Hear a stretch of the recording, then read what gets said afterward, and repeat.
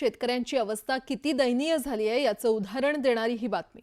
कृषी प्रधान असलेल्या आपल्या देशात बैलजोडी नसल्यामुळे 75 वर्षीय शेतकऱ्यानं स्वतःलाच अवताला जुंपल्याचा प्रकार पुढे आलाय। ही घटना आहे लातूर जिल्ह्यातल्या अहमदपूर तालुक्यातल्या हडोळती इथे घडलेली आहे।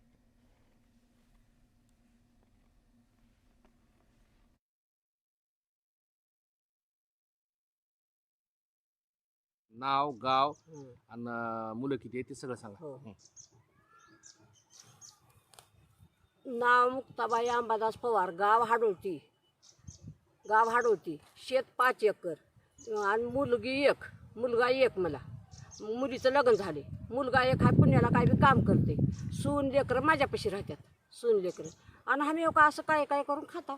बरं, शेती किती म्हणजे कोरडवाहू आहे की भिजवायची आहे? कोरड भाऊ। और पेरणीसाठी काय खर्च येतो तुम्हाला शेतीला? या 20,000 येत असं, पण आम्ही काही ते देत आहो काय, कसं काय करतात, आम्हाला घडल तसं करतात। बरं, याच्यात उत्पन्न किती येते तुम्हाला? उत्पन्न किती 30,000चं, तर आमच्याकडे काही त्याला होईच ना, हाताने केल्यानं किती होतं हो, लोक कशानं काढतात, आम्ही काय करा। ह्याच्यावर उपजीविका भागते का तुमची सगळी? भाग नाही बघा तर तसंच खाता, तसंच करता, आता करणं भाग आहे की।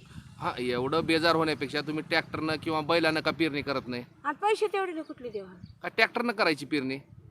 पेरणी आता का ट्रॅक्टर हातानंच लावतो।